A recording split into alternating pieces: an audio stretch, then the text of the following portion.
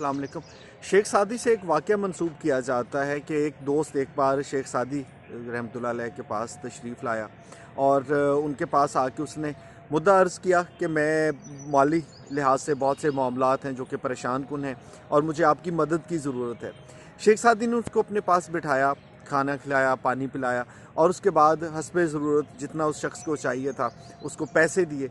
और जैसे ही वो शख्स शुक्रिया अदा करते हुए शेख सादी के घर से निकला, कहा जाता है कि शेख सादी बावाज़े बुलंद ज़ोर ज़ोर से रोने लगे।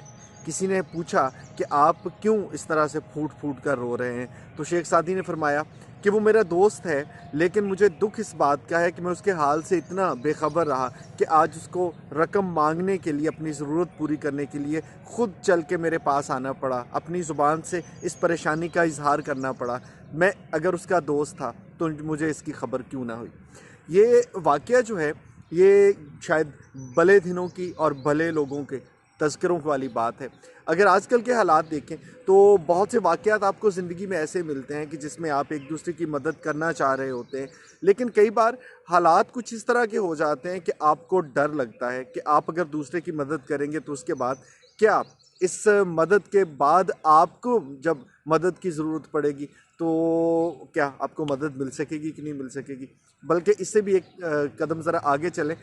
अगर आप किसी की मदद करेंगे, कुछ पैसे दे देंगे, तो क्या ऐसा है कि वो पैसे आपको बर वक्त लौटा दिए जाएंगे?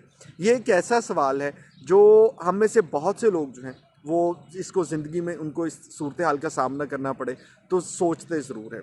अब होता कुछ यूँ है, अनफॉर्चुनेटली हमारे यहाँ एक कल्चर इस तरह का हो गया कि आप किसी को पैसे देते हैं तो दो तरह के लोग आपको मिलेंगे। कुछ लोग तो ऐसे हैं जो इतने हसास होते हैं कि वो दूसरों को इनकार नहीं कर सकते। अगर आपसे कोई पैसे मांग लेता है तो आप परेशान हो जाते हैं कि यार इस बंदे को मैं जवाब कैसे दूँ, मैं कैसे इसको मना करूँ।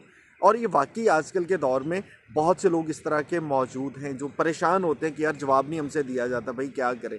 और अगर वो किसी की मदद कर देते हैं और उसके बाद इतना परेशान रहते हैं कि भाई मैं इससे अपने पैसे वापस कैसे लूँगा।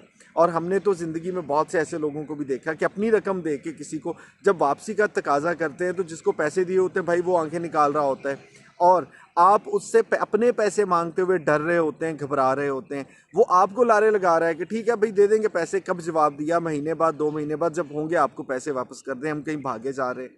और इसकी एक बदतरीन मिसाल मैंने कुछ दिन पहले देखी। हमारे एक दोस्त हैं, उन्होंने किसी को रकम दी हुई थी और वो फ़ोन पे अपने पैसे मांग रहे थे जो जिनका कई बार तकाजा पहले भी हो चुका था, जी ठीक है आपको 10 दिन बाद पैसे मिल जाएंगे, 15 दिन बाद।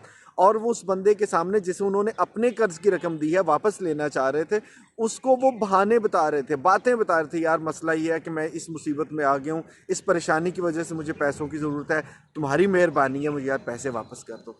And I was just thinking कि यार क्या इतना भी बुरा हालात हो सकते हैं कि आपने ही किसी की मदद की और अपने ही पैसे वापस लेने के लिए आपको इस तरह से मिन्नत तरला करना पड़ता है। और आप अगर पैसे वापस मांग लेते हैं, समझिए कि ताल्लुकात भी बर्बाद हो गए।